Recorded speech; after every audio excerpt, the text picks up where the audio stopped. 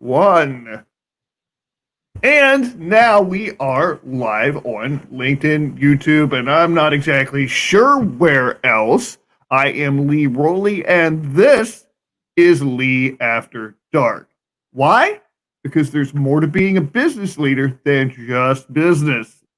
So each episode, we take 20 minutes to just go behind the scenes with one brave entrepreneur. Ditch the script and just get real. So today I would like to welcome Maegan Lujan. Hi. Maegan, how are you? I'm good. How are you, Lee? Good morning. I am doing fantastic, and it's like I got the pronunciation right, correct?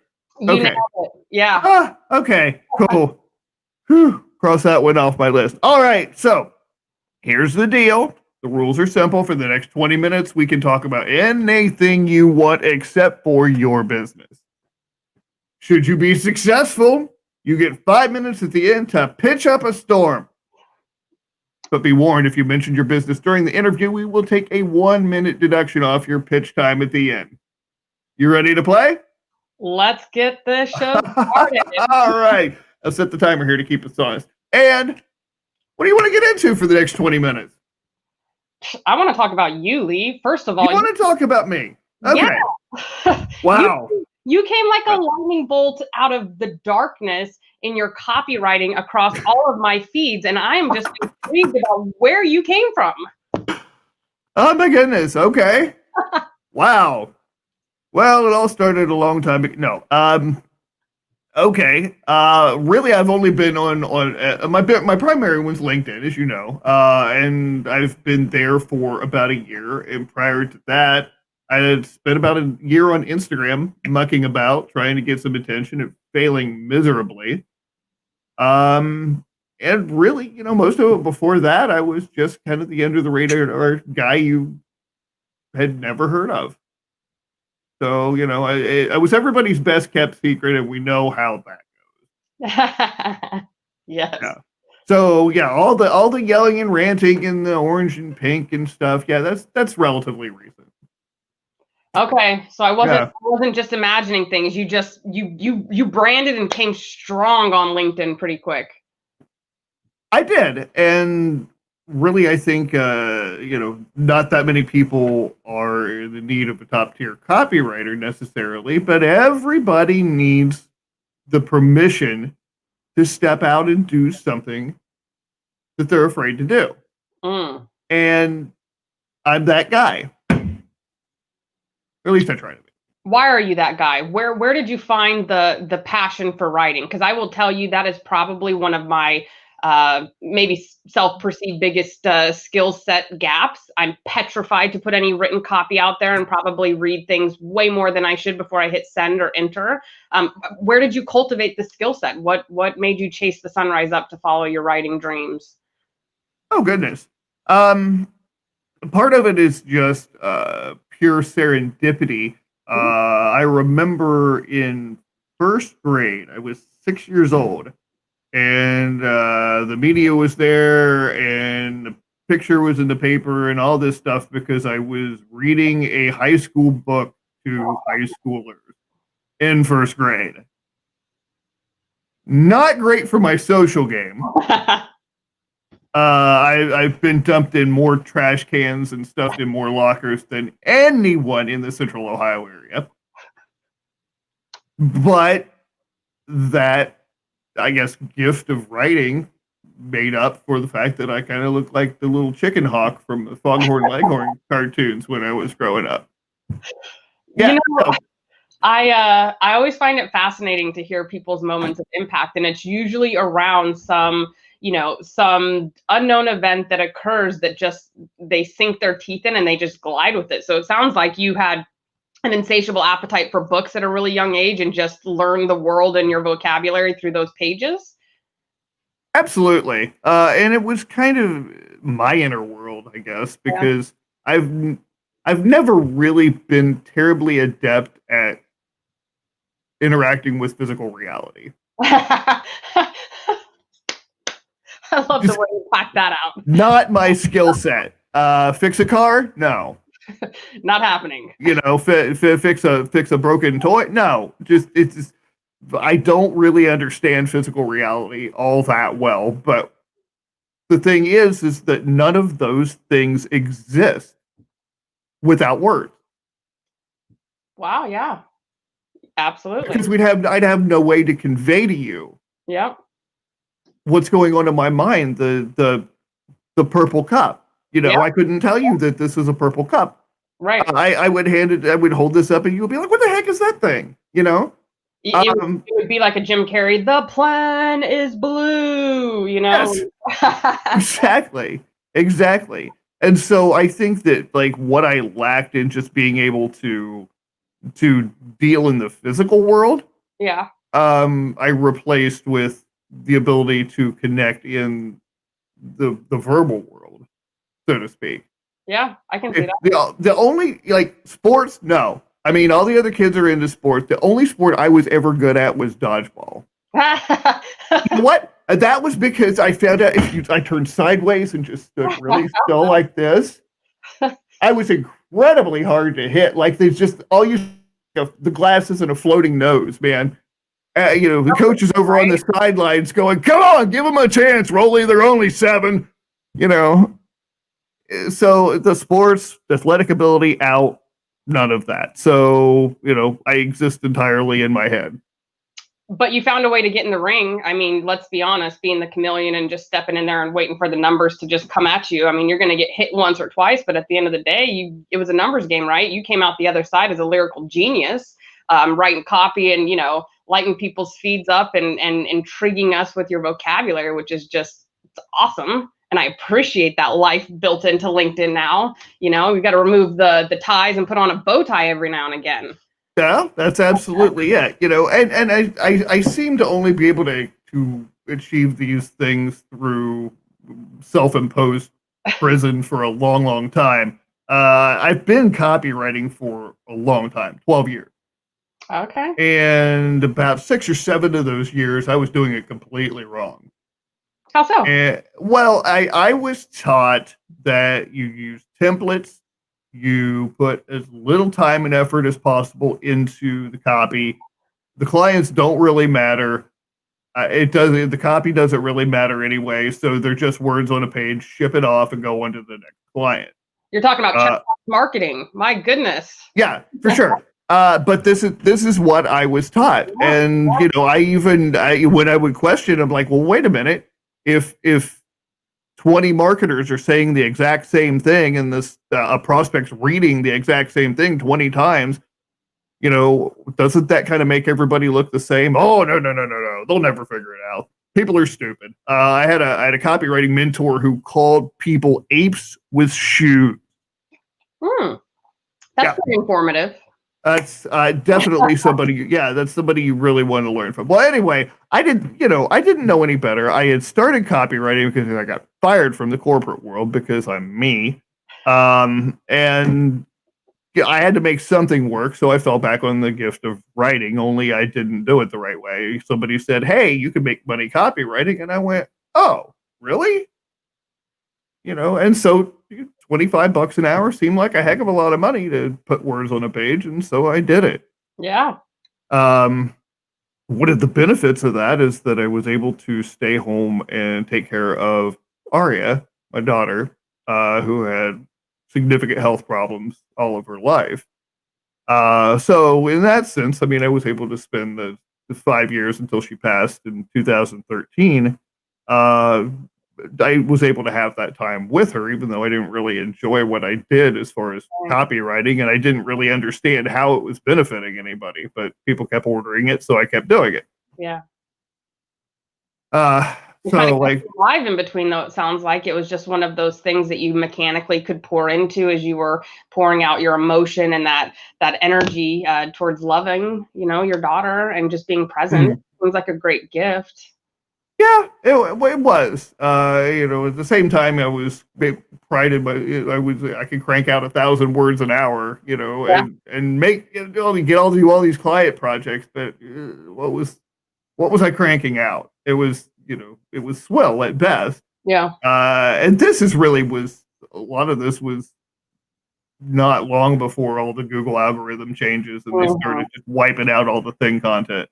But when Arya passed away, and obviously it was ground zero for me for about a year.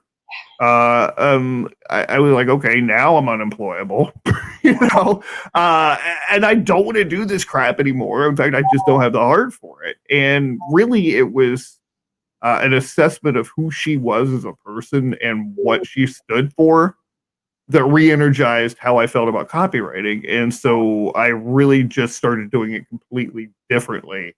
And that's when it was, I went from, hey, we'll pay you $25 an hour and then make you do 10 revisions to substantially more than that. And we think you're a genius. Yeah.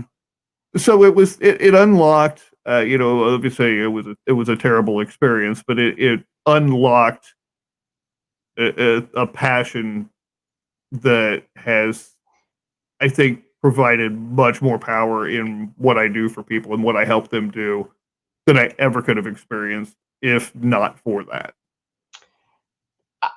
First of all, thank you so much for sharing that with me, and just creating the space to just hear about your heart and what brought you through that process. I mean, it's clear that you had the skill set growing up. You had that catalyst and that moment of impact on the front end that allowed for you to dig in. And it seems as though, if I look to a couple of those cycles, that's something that you always turn to, the words, right, when things get tough in the real world. And I really appreciate your vision and how you took that and found purpose in your skill set, and now how you're unlocking that and helping other people find their voice. I always find that really interesting. For me, about a year ago, I wasn't really big on social. I was pretty corporate, pretty stuffy. I wasn't bringing my full self on social. And it's amazing how when you change your voice and your tone and you just become more humanized in your approach, how people gravitate towards your messaging and you find your people, right? And it sounds like you found your voice and a little bit of copy swag in between. That's definitely true. And bringing that to LinkedIn, I spent probably 4 months that I'm not counting here, trying out different content, what works. This is, I had a couple of friends online that kept trying to bring me over to LinkedIn. Dude, you're never going to get anywhere with Instagram. Nobody was buying from over there, and just had people that were commenting going like, why do you look like ET, and why is your head so thin, and are you Bill Nye's illegitimate love child, and all that stuff. Go over to LinkedIn. There's none of that over there. True. Oh my God, it's digital culture at a whole different level. It's intentional. Yeah. It's respect and people actually craving the value that you have versus performative and all right. Influencer next stuff. So yeah, for sure. But I was really struggling to get traction, and then just for whatever reason, one Sunday, I remembered that somebody had asked me about a tattoo on my arm, which is in Italian. It says mi hai lasciato con queste cicatrici graziose. It means you've left me with such beautiful scars. Oh God, Lee, that is gorgeous. And thank you. I wrote an article about that. And it just, I came back that afternoon, and it had like several hundred views and shares and the thing. And I was like 3 or 4 days answering all the comments and stuff. And where the heck did this come from? Did you go viral? Well, for me, yeah. I mean, I think I had maybe like 800 connections at the time, That's awesome. But that really sparked a lot. And it kind of went, wait a minute, I can get away with being a human being here. Huh. And I never even knew it. So, I pushed boundaries. Yeah. I push boundaries, and occasionally I get a nasty gram from LinkedIn. They're like, yeah, no, will you not do that? Get off the boundaries. Stay around the parts. Yeah, stay on your side of the line. We do own this thing. Oh, yeah, you do. I forgot. It's more, I enjoy that it brings me clients, but I enjoy more so that I get people in my DMs that are like, oh my God, you gave me a laugh or some freedom, or, because of something you said, I went out and did this. Yes. And it was terrible and I totally screwed it up, but that's okay because I did it. Yeah.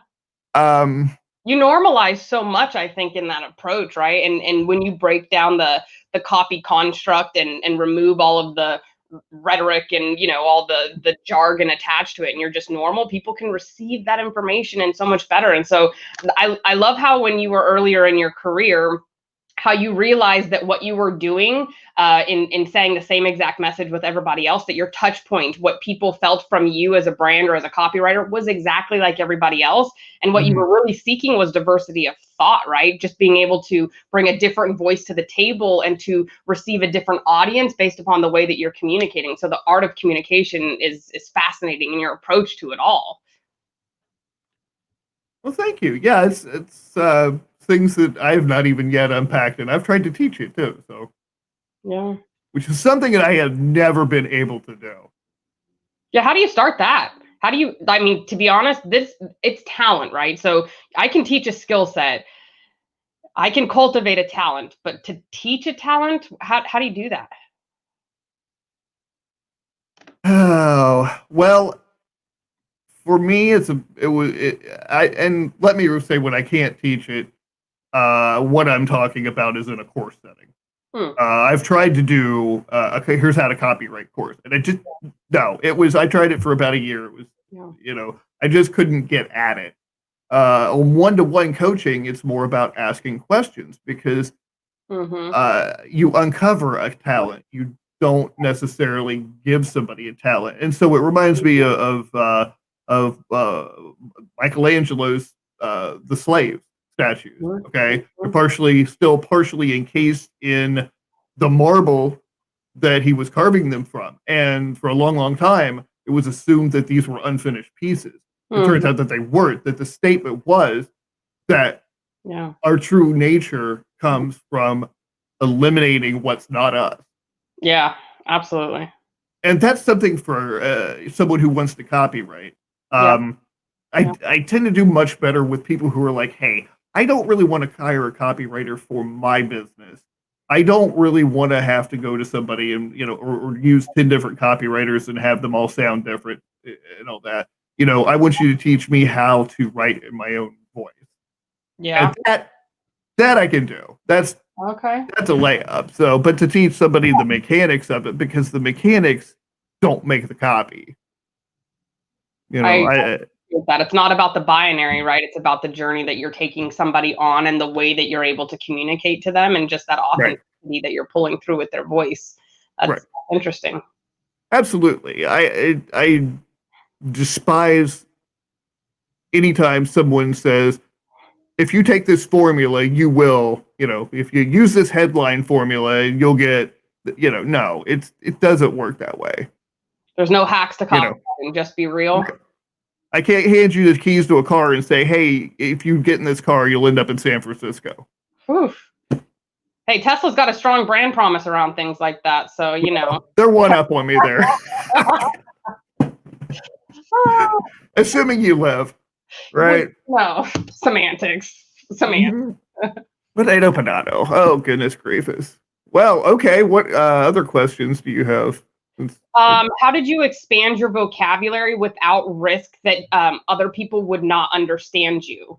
And I'll unpack this a little bit because So in my current role, one of the biggest probably challenges, but also opportunities for improvement on a daily basis is the way that I communicate, right? For me, it's something I will never master because my audience will always change. My stakeholders are going to be different. The keys and the success to delivering said project or presentation or outcome is always going to be different. And so I probably go through these phases of maybe it's a little bit of imposter syndrome that I'm like pivoting into a growth mindset of saying, is my message actually going to resonate with such a diverse group out there? Because now, like, if I'm in a corporate setting, I generally know my audience, right? I know this person needs 3 things or it's just not going to work, right? I got to set them up in the proper way. I know this one over here needs an executive summary and this one over here needs the data. But when I show up digitally, if I'm not intentional on my target audience, then I feel like stuff is just completely, it's missing the mark, right? So I feel a lot of people go really wide with their copy because they're insecure and they don't know exactly how to niche deep and actually own their voice. So how do you communicate to people with a vocabulary as large and as intricate as yours, and still bring people on the journey without feeling like you're missing that key word that if they don't get that, it's not going to resonate? That's purely immersion. Mm. Before when I'm talking to an audience, I go where they are. I listen to what they're saying when they think I'm not listening. Mm-hmm. Prime example of this is Facebook groups. I know Mm-hmm. I use this example a lot, and this I'm going to use it because it goes back to copy. I was doing copy for a client who had a rheumatoid arthritis remedy. Okay, and all of the competitors were talking about the same two pain points: Mm. joint pain and fatigue. Joint Mm. pain and fatigue. Those are two big things. Yeah. I joined 4 Facebook groups, private Facebook groups for rheumatoid arthritis sufferers. Okay. Well, the story that just grabbed me by the boo-boo was this. A lady was talking about how she was fighting with her husband every day because he was having to sleep on the couch because she was tossing and turning all night from the pain. Uh-huh. You found No competitor went that deep. I love it. And that was one line in the copy. That wasn't the whole thing. That was just one little Easter egg, if you will, Yep. that made the copy. That's brilliant. You found the champion essentially, right? So you found the pain holder, then you found the champion, you attach it to some real life situation that was lucid for them that they could Mhm. anchor and be like, yeah, I keep getting kicked, or yep, my husband's over there, or my wife's over there and not sleeping next to me. That's brilliant. And I love Yeah. the fact that you establish feedback loops, right? That's so important, especially right now in the COVID world. I mean, if you are a marketer or a salesperson right now and you are listening to this, you need to throw your marketing strategy out the window. There's no pivot for what we just went through. There's no baseline, there's no spec, there's nothing that you're going to Mm-mm. figure it out. And if you're not doing what Lee just said and jumping into Facebook groups and truly creating that like immediate like feedback loop, you're going to miss it because things are changing so quick out there. So like that's a really good hack. Just get out there where the people are Awesome. to them. Thank you very much. I am going to stop the show and say hello really quickly here because we are live. And for those of you who have joined since the beginning here, this is still Lee After Dark. This is not an illusion, but we flipped the script a little bit today. So Maegan Lujan is giving me the business here, interviewing me, and I'm spilling all the dirt. So hello, hello, hello. First to Jeff Adams. What's going on, my friend? I know you're still roasting out there in Phoenix. Leah Thorne says, I know I can do this. There it is. Are you butting heads on LinkedIn trying to avoid political copywriting? Good one. You know what? That's interesting. I've had a couple people who have asked about this within the last week or so, and it really hasn't shown up in my world. I don't know. I'm aware that there are people doing it, but it's the people in my circles are the coaches and the consultants and the financial planners, and it's all the, come buy my stuff, or, it's the people who are trying to do the Tony Robbins thing, it's just like, oh, believe in yourself and happy, fuzzy thoughts, and, you can do anything. Blah, blah, blah. That's what clogs my feed. But I am aware that there is a lot of political stuff going on elsewhere on LinkedIn, and that's all I ever found on Facebook, which is why I'm not on Facebook. I just, honestly, the way I see it, you do not have a right to my opinion, and I don't have a right to yours, and that's fine. I don't, I'm not going to try to change your opinion because it would be stupid for me to do that anyway. And I'm not going to I'm not going to reveal my cards because I don't really want to hear what you have to say about it.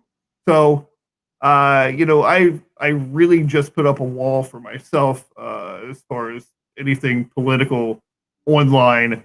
And, I'm not saying that's the right way to deal with it, but it's my way.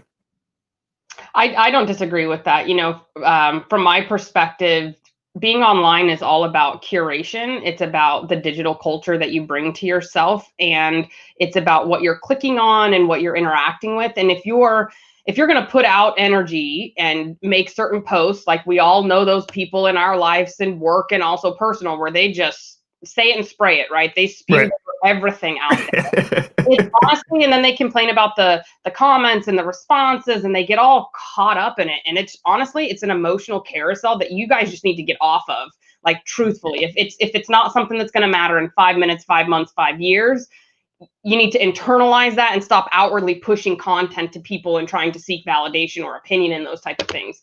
I do believe in diversity of thought, but if you're being performative in a social feed and just like hitting people back over and over and over, I don't know that you're actually accomplishing anything other than just showing up with your jazz fingers and typing away at a keyboard, you know? Like, let's get real. You want to have a conversation? Do you want to impact my perspective? Do you want to insert something for me to consider that may change my perspective? I want to have that intellectual conversation with you, but sure. Don't come and slap me across in a comment because you've got an opinion. Like you said, it's just, it's very juvenile, perhaps junior. Mm-hmm. It absolutely is. One of my favorite responses is, "Congratulations, you have an opinion." Do you have that on a short key now? Is it like I do. You're not on the, you know, it's in here. I also want to say hello to Hamid. I hope I pronounced your name right. And Nishant, what's going on, my friend? Joining us from India. Nishant interviewed Carla and I last week for his All Things Relationships podcast. It was an absolutely fantastic conversation, and I'm looking forward to when that goes live so that I can share it with everybody. Getting back to the recent anniversary on that.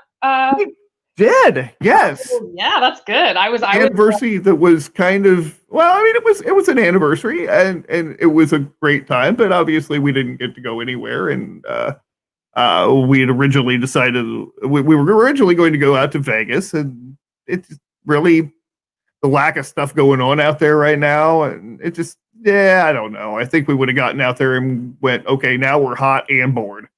So.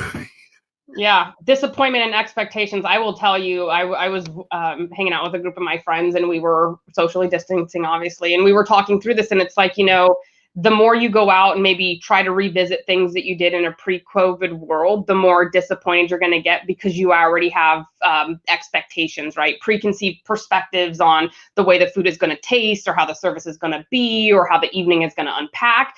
And we all just kind of anchored down in saying, you know what, you got to mourn the life we had before COVID. My God, I love to go to concerts. I love listening to music, and I'm a traveler, and that has changed completely. Mm-hmm. And we just got to mourn the life that we had before. But it seems like you guys had a great anniversary at the very least, and I really enjoyed reading that post. It seems like you guys are a perfect match of quirky, fun, and animated on and off the screen, and it was warming to see that on LinkedIn specifically.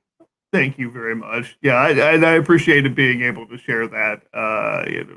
Carla hasn't always been so willing to get in front of the camera or to be in the spotlight, but one of the things that I've heard from her recently that just really tickles me pink is that she says, "You know what? I am a fabulous person." And I'm like, I've been telling you that for 21 years, lady. Yes, I love that. Yeah. Glad you're finally realizing that. That's awesome. Sheesh. Good for you. It took a couple points on that. Like, she essentially.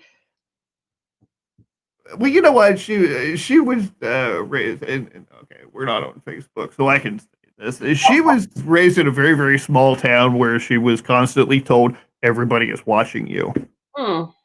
Everyone is watching you. Everyone is judging everything you do. And if you slip up, shame on you. We all have our stuff to work through, of course. Yeah, of course. But she has done a bang-up job of doing it, and I am very, very proud of her. Nishant.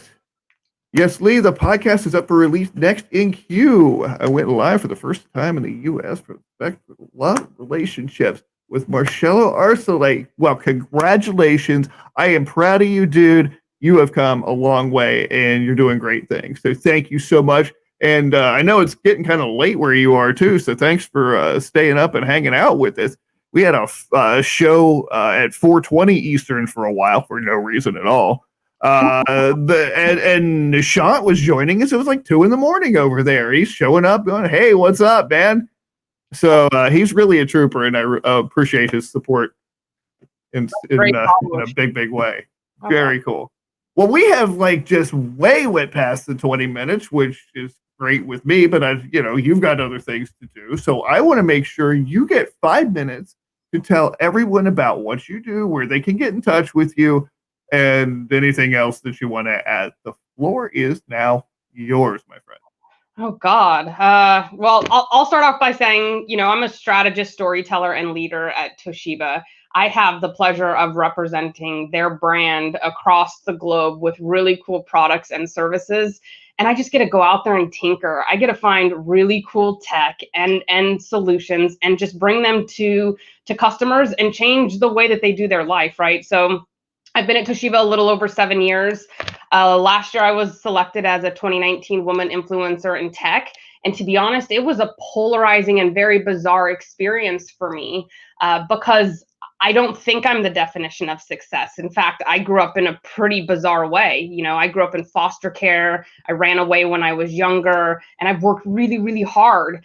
We talked about copywriting and that being one of my biggest skill set gaps. And it's because I don't have anything past an 8th grade education. I literally have just worked really, really hard, kind of growing up and doing things in my own way without the traditional framework of, a mother, father kind of figure, school, all that kind of stuff. And when I was selected as a woman influencer, I got flown out to New York. I got put on a magazine cover, and I had to go out and give a speech and tell people how I became this version of success. And to be quite honestly, it was so polarizing. And I was so fearful because I separated that part of me, just like you were talking about, where I never explained the journey behind how I got there. It was that humble hustle, just let your work product speak for itself. But the truth is, I had to normalize that approach because I didn't want somebody to look at me and think that they couldn't be her. And this whole, see her and you can be her, concept really just kept hitting back into me. And I'm like, if you're going to call me success, then you need to know what it took for me to be here. This is a leader who works so hard every single day and lives her mission and values and has a company that they're in alignment with, right? So I chase the sunrise every single morning to live that outward. And so I shared my story, and it was one of those things, like you said, that just really, it opens you up and makes you realize that one, fear doesn't need to control you. Imposter syndrome isn't something that you need to live in, and you can really make an impact. And the definition of who you are on paper will not determine your path forward. And I want you guys to know that I'm living proof of that. I worked really hard and I had a vision for myself, just like Lee, and I became the person that I wanted to be because it wasn't too far from where I was at already. So, over the last year, I've really found passion in finding myself and showing up digitally as my full self, not categorical behind a brand, not representing a particular product line. I'm a multifaceted individual with a lot of different passions and energy and love to give outward. And I wanted to express that and normalize my path to success. So over the past year, I've been, cultivating my personal brand with the intent to just go out, motivate and inspire people to just go out and do the things that they love to do and chase the thing that makes them wake up as quick as the sunrise comes up, just like you with copywriting. So I announced yesterday, I changed my title. It was a wish that I had given to myself as a runaway 20 years ago, that I would stop living within the pages, Lee. I would change the story by closing that book up, and I would write a different one, and I would change my title to author. So yesterday I announced, for the first time ever, I'm releasing a book called A Million Little Clicks, and it's about my journey through my vision, my story, and then ultimately the tactics and the real practical clicks that it takes to build a personal brand and show up as your full digital self. Congratulations. That is absolutely fantastic that you've made that decision, that you've made the declaration,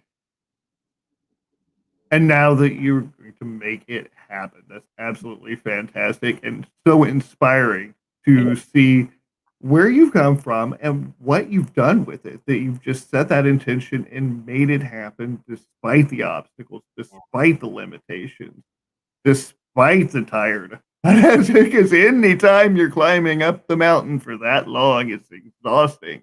Yeah. But you're wonderfully inspirational, and I can't thank you enough for coming on the show here to tell us about it. So how can people get in contact with you? Well, just like your copy work, my name is a little quirky. So if you start typing in Maegan, there's only a couple of us in the world who spells our name like that. So chances are you're In going the world? yes, in the world, Maegan.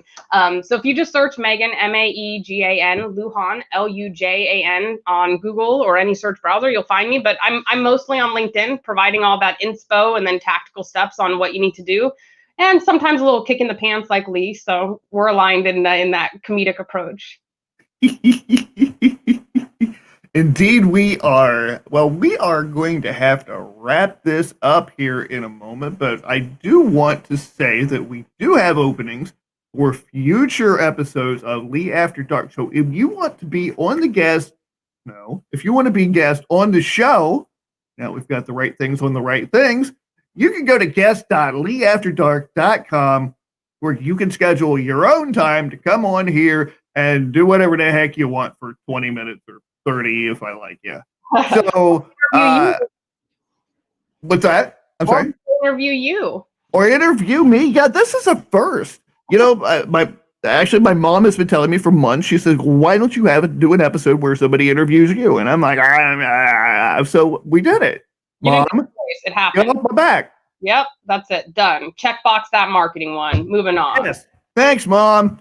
All right. Well, we are out of time, but if you enjoyed this stuff and it sounded a little better than the rest of the dreck on the internet, then go over and subscribe to the YouTube channel. That's leeafterdark.com.